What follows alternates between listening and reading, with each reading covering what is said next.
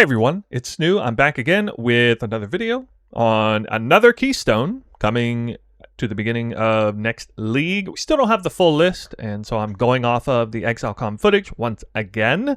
While the other video and the other Keystone was personally the one I'm most anticipating, this is clearly the one that I think the average community player is looking forward to, because it's about Expedition, and I'm inclined to say Expedition might be the single most popular start league mechanic, or maybe just league mechanic in general, that people do. Like if they're like doing one league mechanic in a map, they're just spamming maps doing that league mechanic. I can't really think of one that is perhaps more popular than Expedition, all things considered. But I don't know, you tell me. So I was there at ExileCon. I saw the reaction when people were reacting to all the different Keystones. This is definitely the one that appeared to garner the most reaction. And if you read on Reddit and you read anywhere, this is the one people are talking about, the one that clearly seemed to have the highest positive reception for. It's not any surprise. It's very good. So we're going to talk about it here, even though it's not necessarily along the lines of how I play. Typically, I don't do Expedition. I have done it before, by the way. I'm a little bit concerned that there might be some people who are looking at this and overlooking some important factors that could result in them not having nearly the positive reception they thought they would. So I figured I'd make a video on it, especially because it's so incredibly popular. So here we go. We're going to talk about it. It's Extreme Archaeology. It says here 200% increase explosive radius in your maps. Very important note that it is increase and not more. That would have been really nice if it said 200% more explosive radius. It certainly could have, being a Keystone and all, but it does not. Same story for the increased explosive placement range in your maps. And then it says Expedition monsters in your map spawn with an additional 10% of life missing. That's pretty negligible, honestly. Number of explosives is 1. That's very important. There aren't very many things in PoE that are worded in that way, and what that basically means is it is hard-coded to give you only 1 explosive. Doesn't matter if you have chance to increase the number of explosives, which there are such nodes or notables in the Atlas passive tree. We're going to look at the Atlas passive tree in a second, but we'll just, very quickly look at the footage here. So again, 200% increased explosive radius, 100% increased range. The range is actually going to be more important than you might think. Extreme Archaeology completely changes how you play Expedition encounters. Instead of placing a series of regular explosives, you now place one gigantic explosive. Every single chest or monster in the blast radius is affected by every remnant in that radius. It's very important. Every single remnant is going to be hit, and that's kind of leading into the factor I think people might be overlooking here.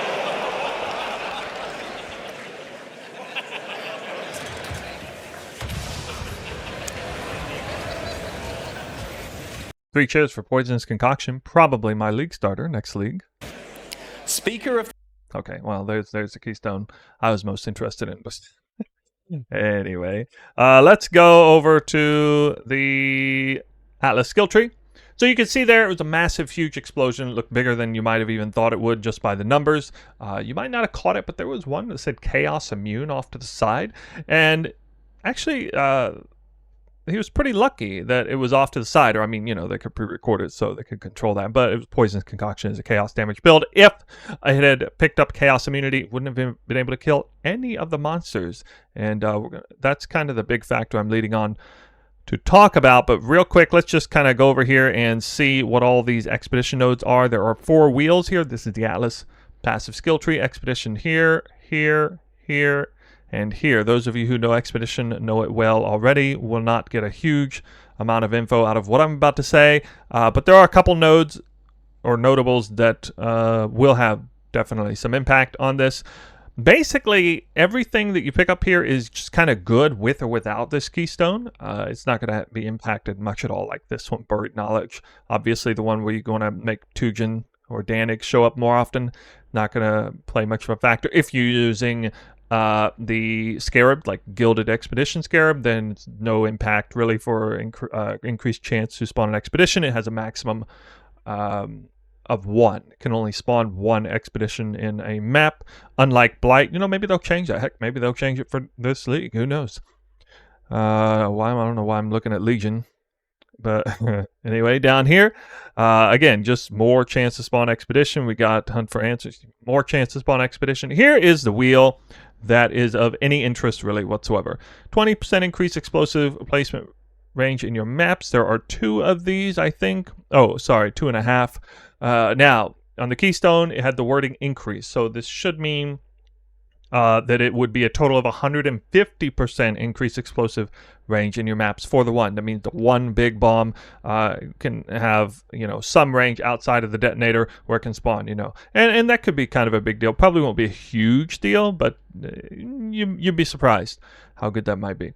An additional suffix modifier, okay. And over here, the big one, distinguished demolitionist. 35% increased explosive radius in your maps. Again, unfortunately, it's probably just tacked on additive, so that would be 235% increased explosive radius in your maps, and then 20% increased number of explosives. Not going to do anything. Literally going to be meaningless because explosives is 1. Only 1. So, the big takeaway that I want you to have from this video is to not neglect the fact that all the monsters are going to spawn at once. So if you've ever had issues with expeditions, especially early league start, you're no longer able to stagger the monsters spawning and just kind of fight them off in waves. No, instead they're going to spawn at once, and they tend to have a really huge aggro radius as well. Could be really tough with some of the specialized expedition mobs. I think expedition mobs, the only mobs in the game that can sometimes have like 100% chance to block while facing you. It can be really annoying. It's going to play out kind of wonky if a full-blown massive explosion takes place.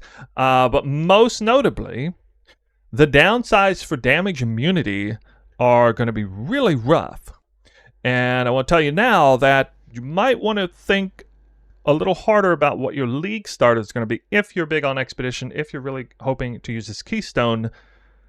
If you're going for 1 damage archetype, this is going to be really rough because, think about how, convenient or what level of inconvenience it is to carefully place your explosives around and not accidentally trigger the one. You look at it over again, maybe change it. Nobody wants to go through that process. So I know some of you guys do like multi-damage archetype builds anyway.